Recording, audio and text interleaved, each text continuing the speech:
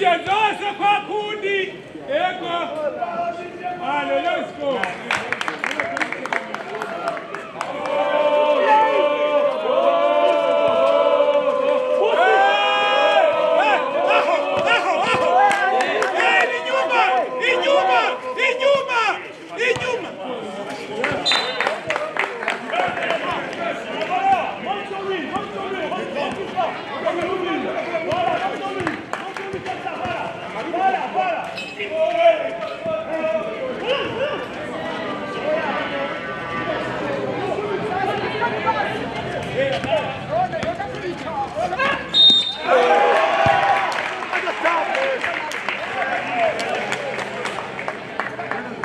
Mbona twagize twitanze cyane kubera twataguye nabi ariko mu nyuma twagiye turakora cyane dukora defense nziza kugira dushobore no kwinjira cyane twashyize n'ingufu nyinshi cyane twari twarushije determination yewe sinefata cyane gusa ndashima tu ni byiza ariko cyane gushira imbere ya equipe tugatsinda ama ibindi ya player individualité tubaza ari mu nyuma ariko cyane collective dutsinde tuzi keneye cyane je mu bisaje byose murako irushaje kinini twese zirakomeye zose zimazi zikomeza abaza abakinyi bakomakomeye tubaza twese nta mugoroshe mugose za kukina umengo twiteza ko ushobora gutsinda kwa irakomeye cyane twese two twigarira ikibazo cyane mbere baza cyo niyo target dufise twese twari gikombe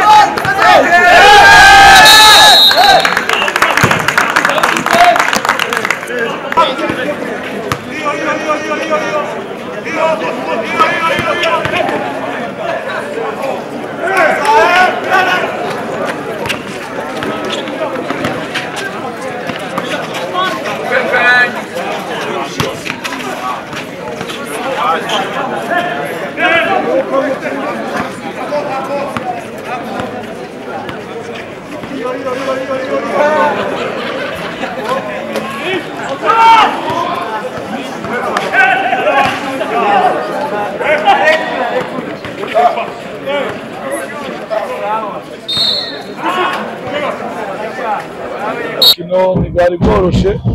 kimwe gusa Tigers bazi turi bariteguye ariko kwituma meza cyane ba interieur natwe cyo novuga hanini baturushije ko twe dufite absence nk'amwe tuzogerageza nka dufite equipe y'abantu bakiri bato natwe turaramura benshi bavuye mu deuxième division ko turagerageza kugira prestation nziza nk'iyo twagize muri faza bishoboye turenzeho gatoya tugashira umugongo nk'uko baho bigira umugongo tuzogoma resultat nziza kuba tout est possible n'ama equipe menshi yagize amarecrutement benshi hanze abandi twe turiga kandi twandikisha abana bacu kandi tugiye kubikira mwiza cyane twe muri Kenya turitegura kubera urana ne passe twarimwo tuje uwo mwaka turegeranya abana bisaba uburyo bwinshi bisaba n'ibintu byinshi turegeranya abanywanyi abakunzi ba Kenya badufatira ko mu mwaka uzaza tumeze neza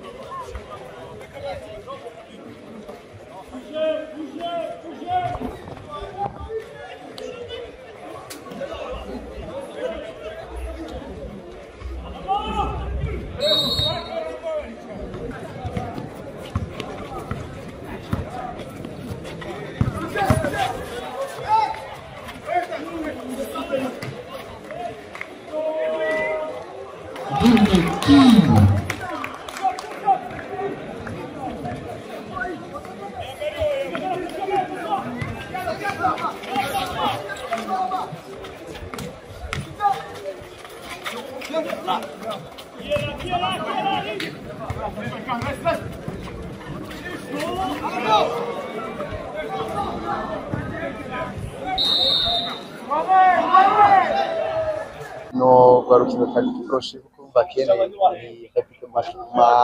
ma equipe ari très défensif abonye ko hari agace katworoheye kamena ka kabiri ka gatatu katugoye ka kane katworoheye abo twabishiramo abantu banyaruka cyane no shaka kubabwira ko objectif ya Tigers ni yayi nyine ngo bibanze bine vya mbere ukamera mbere ugiye tune playoff nyuma playoff iteye ko twishika kure hashoboka na final.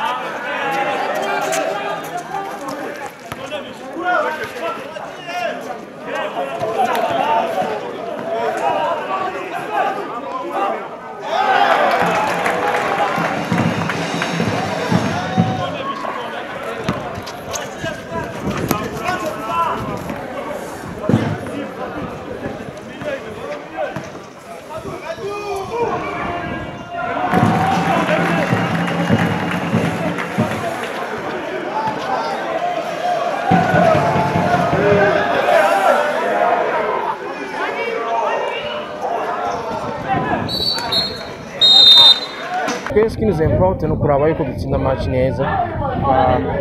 twakurikiza game plan sikuvuga ngo biraduha icyizere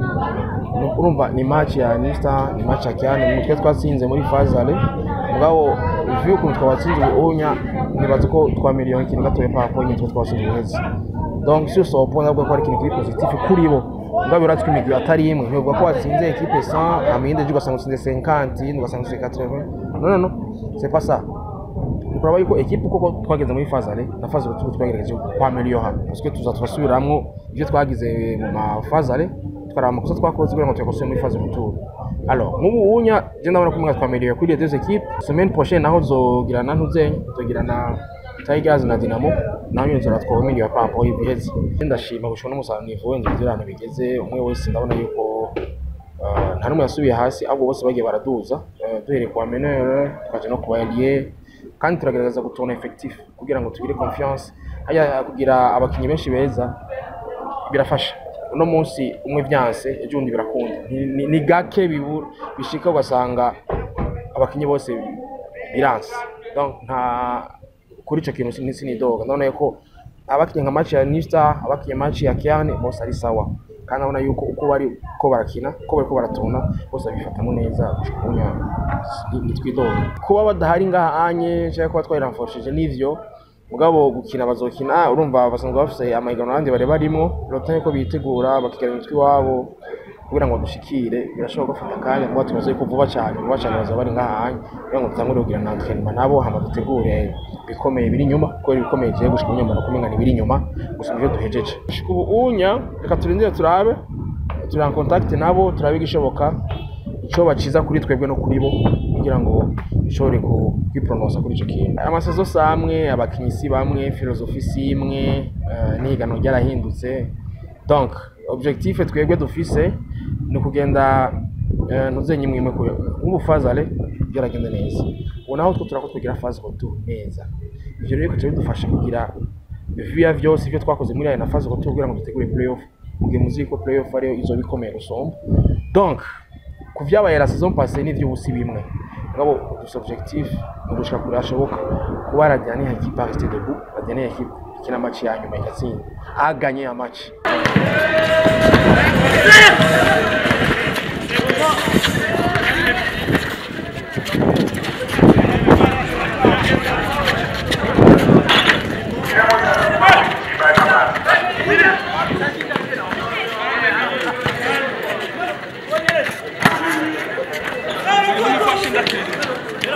irino rihiganwa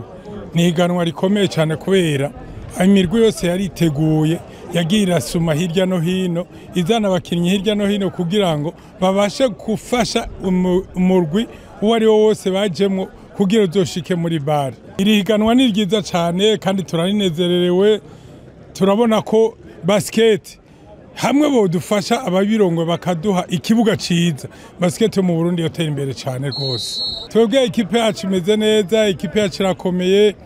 ekipe yacu uko byari biri mu mwaka weza n'ubu niko twifuza ko bibandanya kumera, tuzoje guserukira igihugu n'ayandi ma ekipe yose